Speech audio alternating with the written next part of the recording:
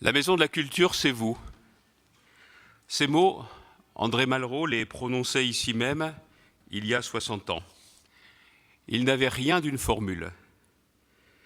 Ils engageaient une vision, car à travers ces mots, Malraux ne cherchait pas à rapprocher le pouvoir du public. Il changeait la nature même du rapport des Français à la culture. Il affirmait qu'elle n'était pas un privilège réservé à quelques-uns, mais une part essentielle de ce que la République devait à chacun. Ici, à Amiens, non loin de la cathédrale la plus vaste de France, quelque chose de plus profond qu'une inauguration s'est joué. Une certaine idée de la France s'est incarnée. Une France qui ne réduit pas son ambition à la production de richesses, mais qui se pense comme une civilisation. Une France qui considère que l'accès à l'esprit, à l'art, à la beauté, ça n'est pas une récompense, mais une condition. Et c'est une idée, vous l'avez rappelé, madame, qui traverse le temps, qui traverse les décennies. Elle est au cœur de ce que le gaullisme a porté, une nation qui ne tient pas seulement par ses institutions, mais par ce qu'elle transmet. 60 ans plus tard, l'intuition de votre grand-père n'a rien perdu de sa force. Mais elle se trouve confrontée à une transformation du monde que Malraux n'avait pas connue. L'irruption de l'intelligence artificielle, les mutations du travail, les fractures sociales et territoriales redessinent nombre de trajectoires individuelles. Dans ce contexte, la question de l'ascenseur social ne peut plus être posée comme hier.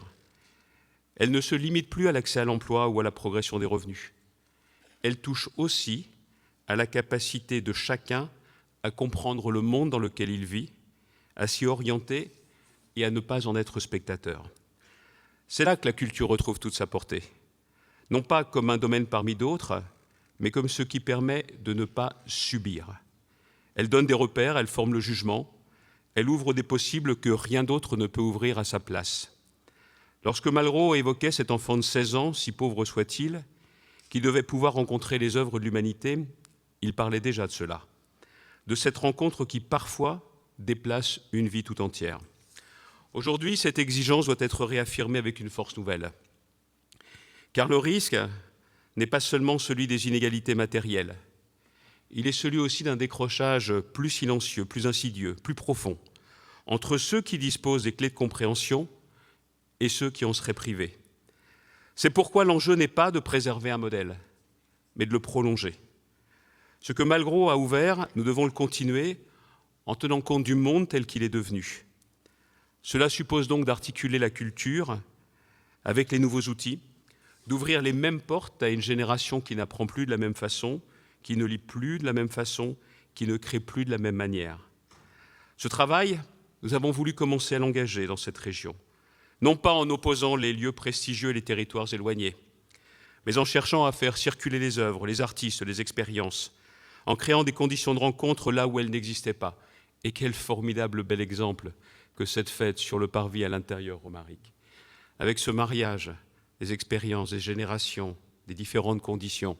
C'est l'image de la culture, c'est l'image de la Maison de la Culture d'Amiens. Et pour ma part, ce moment a une résonance particulière.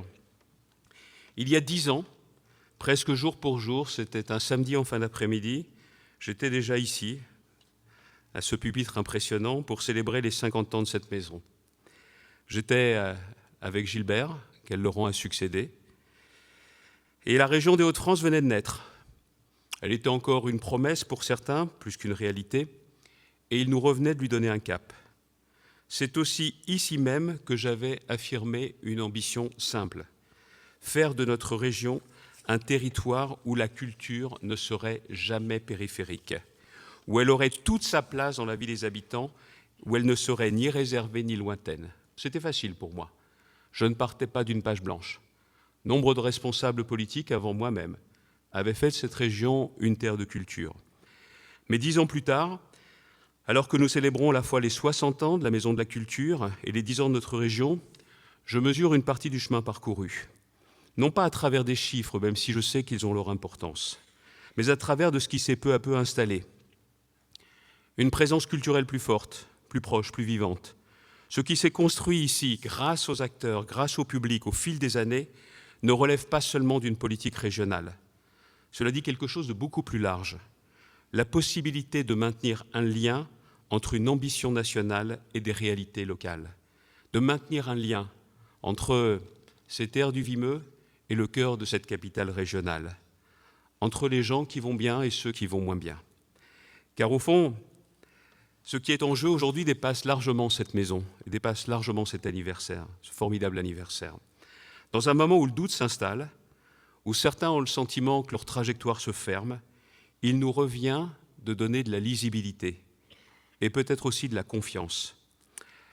La culture n'y suffit pas à elle seule, mais sans la culture, rien ne tient vraiment. Alors oui, 60 ans après, la Maison de la Culture est toujours là, elle a changé, elle s'est modernisée, elle s'est adaptée, mais elle n'a jamais renoncé à ce pourquoi elle avait été créée. C'est aussi notre responsabilité, monsieur le directeur, avec le président et avec toutes les équipes. Et encore une fois, 60 ans après, non loin de la cathédrale, elle rappelle aussi que l'élévation n'est pas qu'une affaire de pierre, qu'elle est aussi une affaire d'esprit, et que cette élévation dans une république comme la nôtre ne peut jamais être réservée à quelques-uns. Ça sera toujours le sens du combat de la région des Hauts-de-France qui continuera à protéger la culture, à préserver la culture et à prolonger la culture. C'est cette exigence que nous devons continuer à porter, c'est cette exigence que je tenais ici à réaffirmer et à renouveler. Joyeux anniversaire à la Maison de la Culture d'Amiens.